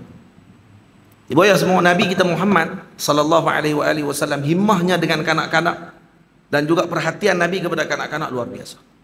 Satu hari Nabi jalan, Nabi pergi ke rumah Ummu Sulaim dan tengok ada seorang kanak-kanak anak kepada Ummu Sulaim, namanya Aba Umair, sedang duduk di tepi rumah dia sedang bersedih. Lalu Nabi tanya kepada Sayyidina Ummu Sulaim, apa kena dengan anak kamu tu? Kata Sayyidatina Ummu Sulaim, dia kematian burungnya. Osfur, ada burung kecil yang dia belah, Nughair, burung Nughair. Ini sejenis burung yang dibelah oleh Abu Umair ni, adik kepada Sayyidina Anas bin Malik. Adik seibu, bapa lain-lain. Adik seibu. Jadi Sayyidina Rasulullah SAW bila tahu tentang kisah tersebut, berita tadi kata Sayyidina Abu Umair ni anak kepada Sayyidina Ummu Sulaim ni kematian burungnya tadi, maka Nabi pergi duduk sebelah dia dan Nabi tanya, ya Abu Umair, ma fa'alan Nughair? Wahai Abu Umair, apa kena dengan burung kecil yang kamu belah? Jadi macam mana? Ceritalah sikit. Tengok macam mana Nabi punya perhatian kepada kanak-kanak. Dan ini menyebabkan, kata ulama, walaupun ada sebahagian ulama hadis, ada sebahagian orang-orang yang membenci dengan hadis pada zaman dulu ni, kata ulama-ulama hadis ni tak ada kerja. Hadis macam ni pun riwayat. Ya Aba Umair, ma fa'alan Nughair? Wahai Aba Umair, apa kena dengan burung yang kamu belah? Hak tu je. Riwayat berapa hadis tu? Al-Imam Ibnul Qas Asy-Syafi'i mengeluarkan 60 faedah daripada hadis tu. 60. Al-Imam Ibnu Hajar Al-Asqalani menambah lagi 40 faedah, jadi 100. Dan ada seorang alim disebutkan oleh Syekh Muhammad Awwamah menyenaraikan hampir 400 faedah daripada hadis. 400 faedah daripada hadis ya Aba Umair, ma fa'alan Nughair? Kamu kata tak ada faedah? Ini faedahnya. Baca. Takut tak baca pula lah. Hak tu yang berlaku zaman Allah ni. Jenis dia ni kalau bercakap macam nak kata kat Wahabi ya. Dia tengok tu ya. Pas dengar pada mula tengok. Hak saya duk sebut daripada mula ni apa dia yang saya dah sebut. Hak tu tak dengar pun. Nah, Wahabi baru sebut 2 kali ya. Tak saat ni sekali, hak ni sekali. Jadi dah tu. Saja ya. Dia panggil cucuk tengah-tengah. 2 kali ya sebut. Jadi tak mau sebut dah. Baik. Ya Aba Umair, ma fa'alan Nughair? Cuba tengok. Jadi apa kena dengan burung yang kamu belah? Kenapa? Karena Nabi SAW merupakan pendidik yang luar biasa yang mengajarkan kepada semua kita dengan bagaimana bermuamalah dengan kanak-kanak. Beri perhatian kepada mereka. Tanya kepada mereka. Tanya kepada mereka. Dan juga satu masalah sekarang ni ibu ayah semua, kita tak berani nak jawab dengan soalan anak-anak kita. Okay? Sama kalau anak kita tanya berakidah. Okay. Saya dalam tak mau cerita, tapi apa ni cerita tak ini. Tapi ada para masyayikh yang mengarang kitab mengajarkan kita cara nak jawab soalan budak-budak. Ada. Dia tulis kitab cara nak jawab soalan budak-budak. Kalau budak-budak tanya soalan macam ni, nak jawab macam mana? Contoh soalan dia, aina Allah? Nah, law kana Allah wujudan, law kana Allah wujudan, walima lam nanzur ilaihi? Kalau Allah wujud, kenapa kita tak tengok dekat Allah? Tak nampak pun. Macam mana nak jawab soalan? Kalau kita ni orang yang musaqqaf, yang ada tahu cara macam nak jawab soalan budak tadi, kita takkan marah dengan soalan tu. Nah, kalau kita tanya soalan tu ni faham Wahabi lagi, 3 dah. Wahabi. Tak maaf. 4. Sebut pula kali kedua ni. 4 kali. Minta maaf. Nah. 4 kali dah sebut. Jadi dah tu. Kata hang lebih kurang 4 long tu ya. Pok tu ya ni. Tanya apa soalan macam ni? Ni soalan bid'ah ni. Tanya soalan tu. Tak. Hak tu bukan jawapan kepada kanak-kanak. Karena kanak-kanak dia takkan terima jawapan tu. Dia akan kata ni apa ni ya ni. Alah kali dia akan jumpa dengan orang-orang yang akan jawab soalan tadi walau tak betul. Dia akan pergi jumpa dengan satu kelompok, dia tanya, "Di mana Tuhan?" Dia apa kata? "Allah fis sama." Dia kata, "Hada jawab." Tuhan di langit rupanya. Dan dia pun sebut ayat Quran, contohnya tu sebagai dalil. Konon-konon kata Allah di langit. Habis jam semua. Dan ni yang berlaku. Sebab tu agama Allah Ta'ala telah sediakan jawapannya semua sekali. Maulana Al-Syeikh Al-Imamul Akbar Syekh Ahmad Tayyib rahimahullahu ta'ala, hafizahullahu ta'ala wa radiyallahu anhu. Syekh Ahmad Tayyib ada karang satu risalah, satu kitab, jawab soalan kepada budak-budak. Dan dia pernah buat majlis. Dia sama juga Maulana Syekh Ali Jumaah hafizahullah. Nah, kumpul budak-budak tanya soalan, nak tanya apa? Lalu mereka menjawab soalan-soalan tadi dengan jawapan mantiki, jawapan ahli mantik, dan jawapan yang muqni', boleh memberikan ketenangan kepada kanak-kanak. Kena ada buku tu. InsyaAllah doa lah untuk saya boleh tulis benar tak? Nah, kalau saya tulis itu nanti wajib, bukan beli, wajib baca. Nah, wajib baca kepada anak-anak kita. Tapi jangan baca saja. Sebab baca saja nanti budak tu dia tak akan dapatnya juga. Suruh dia tanya. Saya teringin juga kadang-kadang kumpul dengan budak-budak, nak suruh dia bertanya apa saja, hak kita boleh jawab, kita jawab, tak boleh kita jawab, kita tulis susun dulu. Susun dulu soalan dia. Ataupun buka peluang kepada mereka, nak tanya apa tentang agama yang kamu tak faham. Saya ada kutak, di pondok saya ada kutak. Budak ada 35 orang. Hak besar-besar dah yang boleh dah tulis, tanya soalan, dah cerdik sikit ni ada ramai. Lebih kurang dalam berapa belah orang. Yang kecil-kecil tu, hak kecil-kecil sungguh lah tu. Hak tu kata api 40 kali pun. Dia panggil sedak 2 minit dia panggil. Nah, kata berhenti saat 2 minit, lepas tu jadi balik. Jenis tu. Hak jenis ni kalau kata tanya soalan kadang-kadang padu. Ada muaddib dia Alif Najmi ni duk mengajak kanak-kanak kutak ni. Ada soalan-soalan yang kutak yang dia tak boleh jawab, dia mai tanya dekat saya dalam kelas. Soalan fiqh. Dan soalan tu bukan soalan, maksudnya bukan otaknya budak. Dia tanya soalan ni, dia kata ni soalan kutak. Budak-budak kutak tanya tentang masalah fiqh. Maknanya mereka dah, maksudnya kalau dibuka soalan, dibagi peluang pada mereka untuk mereka bersoal jawab dengan para guru, ini sebenarnya itu yang diberikan dan diletakkan dalam agama Allah Ta'ala. Agama kita bukan agama yang apa ni, tidak membenarkan bertanya dan seumpamanya. Tapi siapa nak jawab? Siapa nak jawab soalan tu? Jangan serah kepada orang yang tak ahlinya. Bagi kepada orang bukan ahlinya tu, jadi macam merebah habis. Ditanya benda yang dijawab oleh orang yang bukan ahlinya, sehingga menyebabkan akidah anak-anak kita terabai dan tergadai. Disebabkan kerana dijawab oleh orang-orang yang demikian. Sebab tu wajib bagi kita untuk kita memberikan perhatian kepada anak-anak kita dengan perkara tersebut. Buat yang dirahmati Allah Ta'ala sekalian, sebelum saya tutup majlis kita hari ini, kita talqiskan balik apa yang saya sebutkan tadi. Ini wajib kita mendidik anak-anak kita dengan mencintai Nabi kita Muhammad. Bagaimana nak mencintai Nabi Muhammad? Tidak lain dan tidak bukan dengan ilmu, ma'rifah. Yang mana kita terlebih dahulu kena berubah. Karena anak kita ni dia akan tengok dengan kita. Kalau kita sebut Nabi kita Muhammad ni akhlaknya ya Rabbi ya Karim luar biasa, anak kita duk tengok kat kita, pak awak tak macam tu mampu.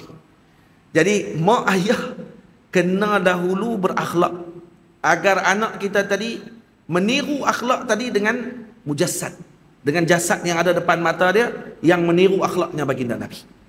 Anak kita ni dia suka dengan ikutan, taklid lebih utama pada waktu zaman kecil. Lepas tu kita tengok kalau kita semayang, dia akan main duduk tepi kita, semayang sekali. Dia akan rokok, sujud. Kita tahu budak ni maksudnya pak dia duduk semayang dalam rumah. Lepas tu kerana mak dia semayang dalam rumah, sebab tu dia duduk tengok mak dia tu yang dia buat macam tu. Jadi itu adalah akhlak taklid dipanggil. Lepas tu zaman ni, waktu bukan untuk terang kepada dia afkar. Anak-anak bukan terang afkar, bukan bagi kepada dia teori. Orang tanya teori tentang kebenaran, teori tentang syaja'ah, keberanian, sebut kat dia teori syaja'ah, falsafah keberanian. Mampu budak tu. Dia kena habaq terus kepada praktikal. Berani ni macam mana? Contoh berani. Sebab tu perlu kepada susuk tubuh orang yang benar. Siapa dia? Junjungan besar Nabi kita Muhammad SAW. Kalau macam mana nak tahu benar? Ini dengar cerita tentang Nabi. Macam mana akhlak Nabi dengan macam mana kita nak bermuamalah dengan kanak-kanak? Ni dengar macam mana Nabi berakhlak dengan kanak-kanak.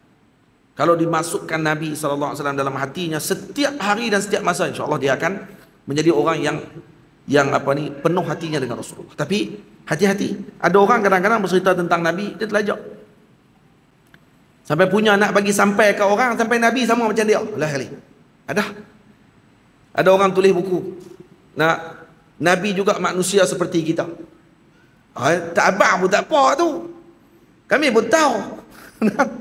Tapi apa dia nak cerita? Bagus, satu sudut bagus. Dia nak cerita kata Nabi sama macam kita sebagai manusia, Nabi juga sedih, Nabi juga dikenakan dengan ujian dan seumpama dengannya. Tapi cara penceritaan tadi, cara penceritaan bukan orang yang mempelajari adab dengan para ulama adab. Bagaimana beradab dengan Nabi SAW. Lepas tu ni jihad kita sebenarnya. Orang yang mengaji, dia juga kena hasilkan tulisan untuk mendidik. Berapa banyak kitab sirah yang ditulis. Tapi kita bukan sekarang ni zaman hanya qira'atus sirah, bukan hanya membaca sirah, tapi mendidik sirah tadi kepada masyarakat, meletakkan adab bagaimana membaca sirah Nabi. Karena salah baca sirah Nabi dan salah baca tentang panduan ataupun sebutan tentang Nabi SAW, maka ini akan membawa kepada kerosakan. Saya kena beringat dengan benda ni dan kena bagi tahu kepada anak kita bahawa Nabi kita Muhammad basyarun laisa kal bashar. Baginda Nabi manusia, tapi bukan sama seperti manusia yang lain. Baginda Nabi kita Muhammad sallallahu alaihi wasallam adalah kekasihnya Allah. Baginda Nabi Muhammad sallallahu alaihi wasallam ni insan istimewa yang Allah Taala jadikan panduan kepada ummah. Uswatun hasanah. Yang tidak ada misal pada keindahan rupa parasnya, keindahan tubuh badannya, keindahan akhlaknya luar biasa. Dan diceritakan adab dengan Nabi, diceritakan adab dengan para sahabat Nabi ridwanullah alaihim ajma'in. Maka ada banyak kitab dikarang oleh ulama, antaranya Syekh Abu Hasan Ali An-Nadwi, ada karang kitab Sirah An-Nabawiyah lil Atfal, ada Sirah Nabawiyah lil Atfal karangan Syekh Abu Hasan Ali An-Nadwi. Syekh Nuruddin Aitr rahimahullahu taala, muhaddis kabir, juga ada mengarang kitab yang tajuknya An-Nafahatil Aitriyah fi Siratin Nabawiyah. Kemudian ada lagi dikarang oleh Mubarakfuri. Al-Mubarakfuri ada karang kitab Raudatul Anwar fi Sirati Nabiyil Mukhtar sallallahu alaihi wasallam. Ini antara kitab-kitab sirah yang ditulis untuk kanak-kanak, ditulis untuk orang-orang pemula nak baca sirah Nabi sallallahu alaihi wasallam. Tapi kita dalam bangsa kita Melayu ni, kita masih hanya banyak terjemahan sirah. Kita perlu kepada pembaharuan pada sirah tadi dengan maksud ditambahkan dengan adab bagaimana membaca sirah. Contohnya sirah ketika Nabi bermuamalah dengan sahabat. Baik, apa yang kita boleh ambil daripada sirah tersebut? Saya bagi contoh satu benda. Macam mana nak baca sirah Nabi? Satu sirah saya baca. Ayah dengar cerita ni, dan ni termasuk juga dengan bagaimana kecintaan para sahabat dengan Nabi kita Muhammad sallallahu alaihi wasallam.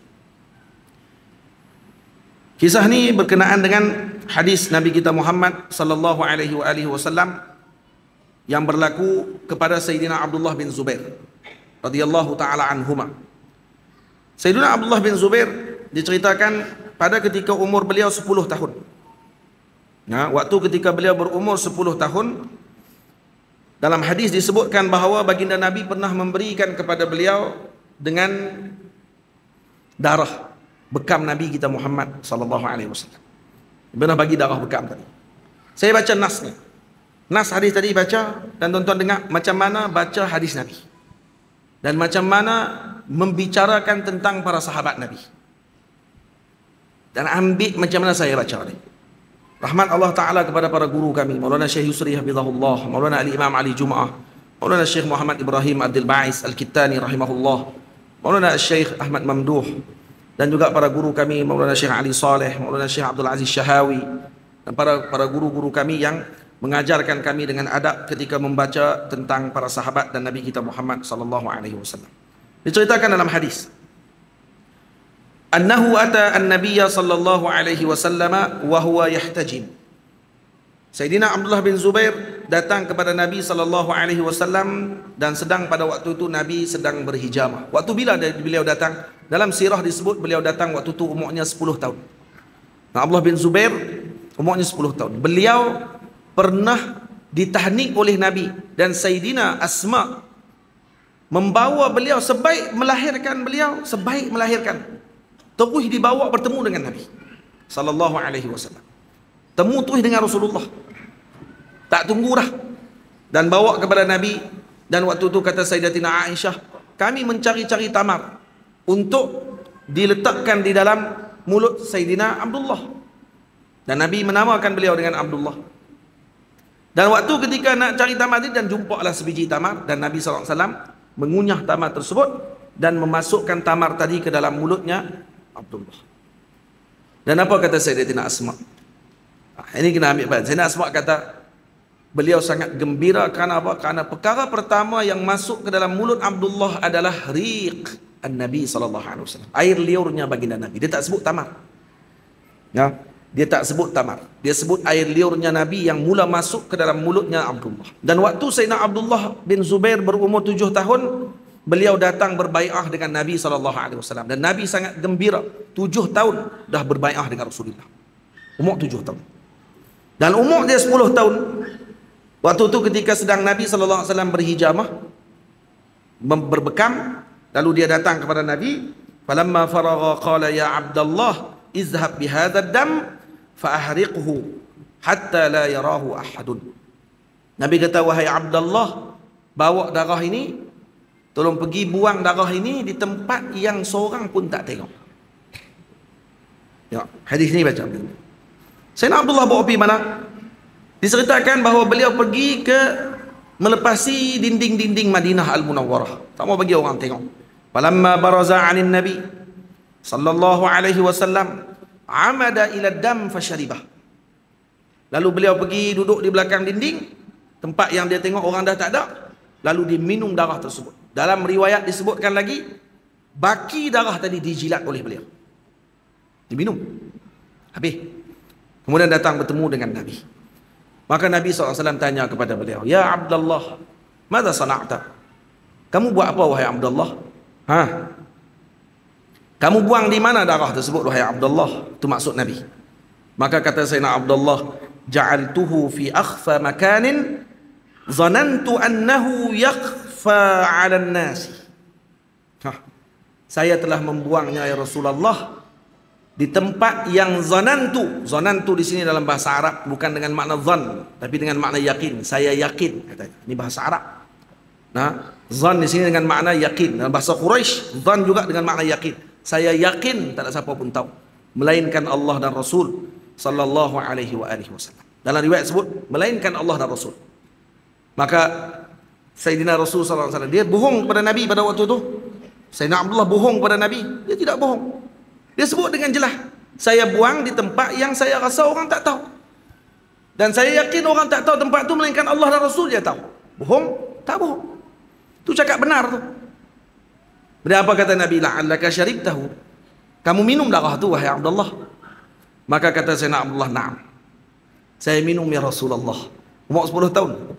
Dan apa kata Nabi, walima syaribtad dama? Kenapa kamu minum darah wahai Abdullah?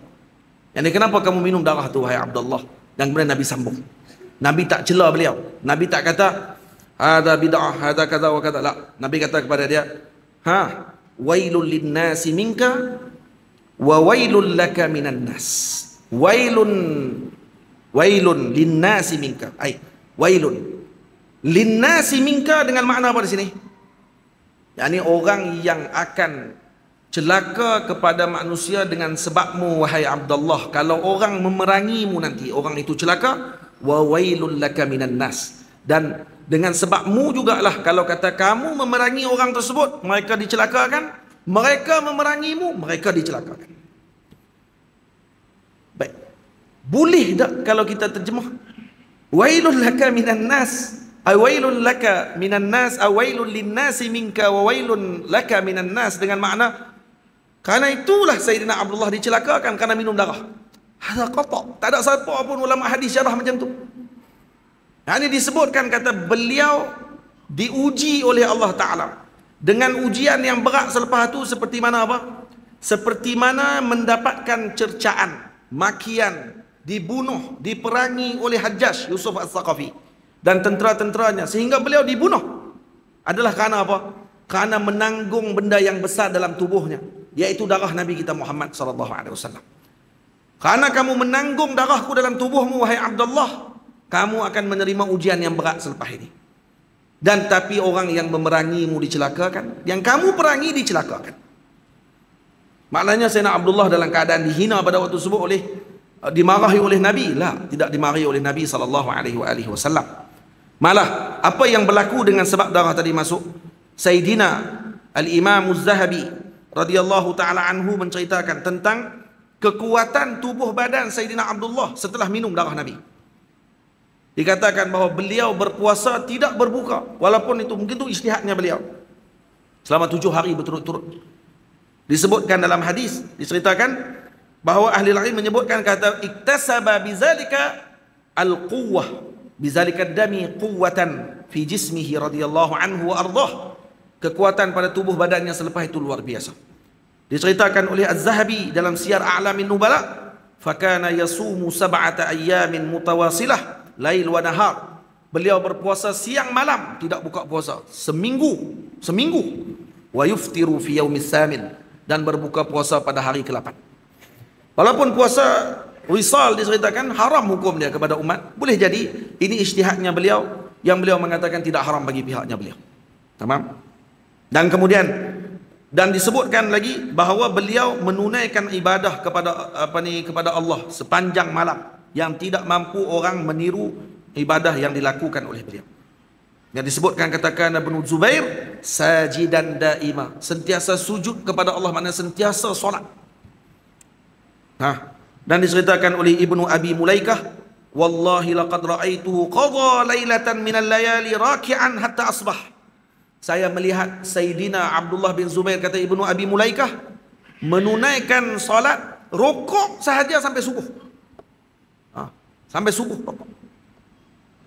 Dan kemudian diceritakan lagi, idza waqafa, disebut ni lailatan sajidan hatta asbah, dan ada malam yang saya tengok dia sujud sahaja sampai subuh. Fakana idza waqafa bi salatihi ka'annahu sariyah la yataharrak. Dan kalau beliau berdiri menunaikan salat, seolah-olah beliau adalah tiang, tak bergerak sikit pun. Ada kadang dia berdiri lama, ada kadang dia sujudnya lama, ada kadang dia rukuknya lama. Dan sehingga dikatakan fayati al-hamam wal asafir fataqifu ala ra'sihi summa tatir, dan ada burung boleh singgah atas kepala dia, dia ingat ni kayu, karena khusyuknya solat Sayyidina Abdullah bin Zubair radhiyallahu ta'ala anhu. Dan waktu beliau kecil, beliau ada keberanian yang luar biasa yang tak ada kepada kanak-kanak yang lain. Diceritakan bahawa satu hari Sayyidina Umar radhiyallahu anhu lalu, waktu ni beliau masih lagi pemuda, dan ketika Sayyidina Umar lalu tadi, Sayyidina Umar ditakuti. Orang-orang waktu zaman tu takut, bukan sekat orang aja, syaitan pun takut, iblis pun lari. Jadi ketika Sayyidina Umar lalu, budak-budak muda pakat lari habis semua, kecuali Sayyidina Ibnu Zubair. Abdullah bin Zubair duduk diri, tak lari. Dan kemudian Sayyidina Umar tanya kepada beliau. Sayyidina Umar kata, ma wara'aka ya Ibnu Zubair? Apa khabar kamu wahai Ibnu Zubair? Limadza lam tafir ma'an nas? Kenapa kamu tak lari dengan orang lain semua pakat lari tengok aku, kamu tak lari? Sayyidina Umar tanya. Maka kata Sayyidina Ibnu Zubair, laisat tariq dayiqan fa awsa'u lak. Wahai Amirul Mukminin, jalan ini tidaklah terlalu sempit untuk saya kena lari bagi jalan kepada kamu. Jalan ini dah luas. Wa ma fa'altu dzamban fa akhafu. Dan saya juga tidak ada melakukan dosa apa-apa sehingga saya nak kena takut kepada kamu wahai Amirul Mukminin. Maka apa yang dilakukan oleh Amirul Mukminin, Sayyidina Umar kata, faqabbalahu Umaru, Sayyidina Umar cium dahinya beliau, dan wada'a lahu, dan mendoakan kebaikan kepada beliau, wahaya hadhihi al-butulah, dan beliau meraihkan keberanian yang luar biasa yang ada pada Sayyidina Abdullah bin Zubair. Dan ni kata para masyayikh adalah barakahnya darah baginda Nabi yang ada dalam jasadnya beliau. Syuf, ibu ayah semua dapat apa waktu saya baca hadis tadi? Dapat apa? Saya tanya kepada ibu ayah semua, dapat apa waktu saya baca hadis tadi? Dapat kefahaman tentang para sahabat yang beradab dengan Rasul.